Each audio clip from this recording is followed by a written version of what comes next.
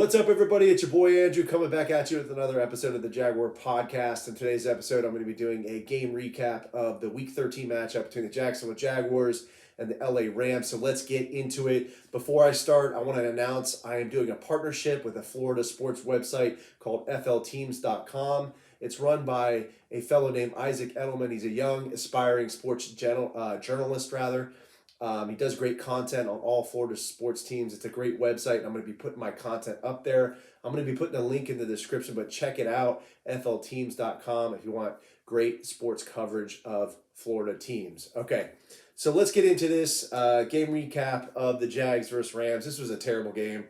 Embarrassing for the Jaguars. They get beat 37-7. We've never really traditionally played well on the West Coast, but this was just not a good game at all. Not a good performance by the Jaguars. We kind of hung in the first half, but then it kind of all fell apart later in the second half. I'm going to go kind of rapid fire summary of the game here. Game didn't start off well. The Rams, they elect to receive, so they get the kickoff return here, and it's really nice. Brandon Powell runs it to Jacksonville's 38. Luckily, we get a good stop there on defense, and we hold the Rams to a field goal, so they go up 3-0. Then James Robinson, Jacksonville's running back, would go on to fumble the next drive. We turn the ball over, and then the Rams get the ball back. They capitalize off of the turnover. Sony Michel runs it in for a touchdown, and the Rams go up 10-0. The Jags next drive would not be able to convert on third down, so Logan Cook has to punt and just has a killer punt. It was awesome. It was fielded, I think, at the Rams 1 yard line. So we pin them back on their own one.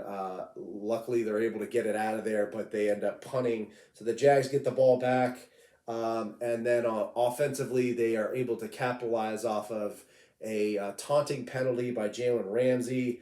So we were able to get down the field, and then we punch it in. Carlos Hyde has a little run in there for a touchdown.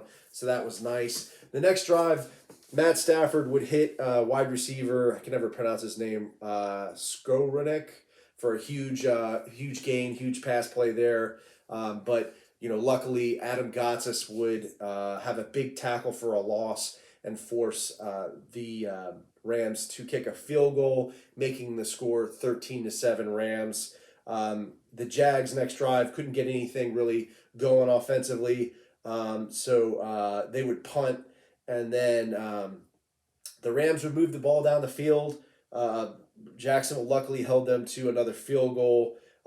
They go up 16-7 in the first half. The Jags would try to get a kind of final scoring drive there with about 20 seconds left. Weren't able to get anything done really before halftime, so they would go into halftime scoreless on that drive. So it would be 16-7 at halftime. We come back for halftime, and Stafford would end up connecting with Cooper Kupp for a huge pass play, and then they would end up scoring on this next play. It was actually a crossing route to Cooper Kupp, so they go up 23-7 after just an unsuccessful Jags first drive when they get the ball back. So the Jags would turn the ball again over on downs the following drive, and then Stafford would connect again the next drive with Van Jefferson for a third quarter touchdown, 30-7 Rams, and then Hyde would fumble next drive, turn the ball over, and the Rams would connect with OBJ, Odell Beckham Jr., for a touchdown, a little fade in the back of the end zone, and they end up winning the game 37-7. Not really much to mention after that for the Jacksonville, but this was a disappointing performance. Urban Meyer, benched James Robinson.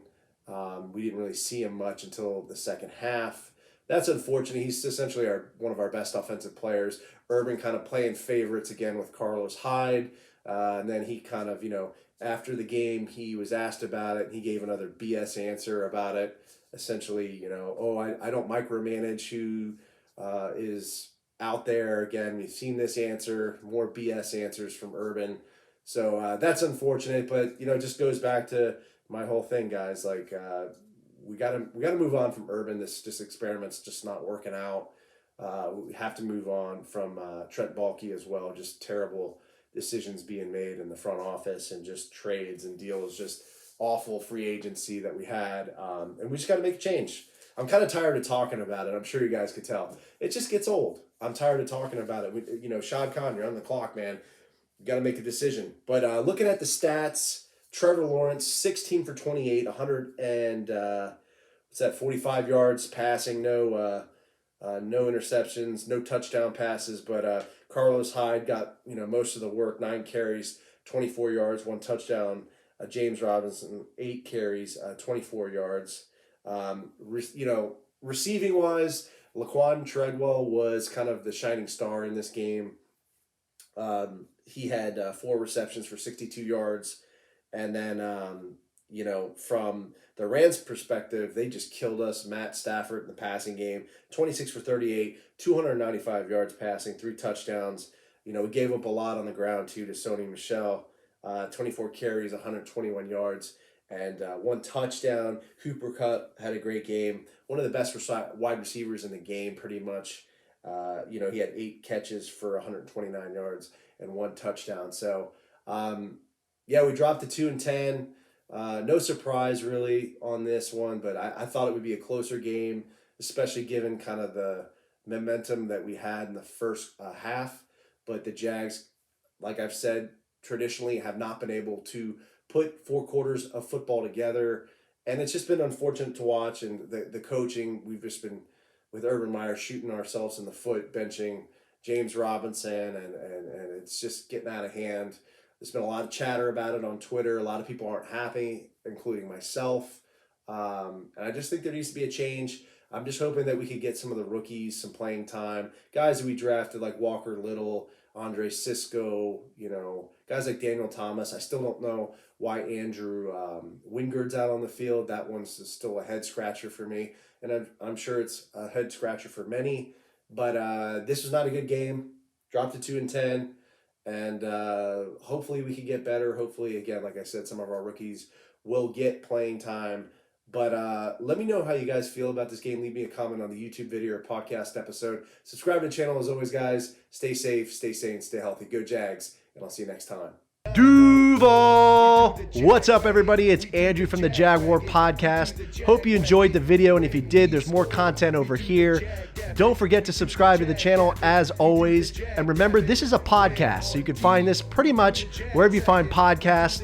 There I'll be doing interviews of current and former Jaguars players, including Joe Schobert, DeJuan Smoot, Shaq Quarterman, etc. And I also do interviews of former Jaguars players, including Natron Means, Jimmy Smith, Tom McManus, etc. So be sure to check out the podcast, subscribe to it, stay safe, stay sane, stay healthy, go Jags, and I'll see you next time.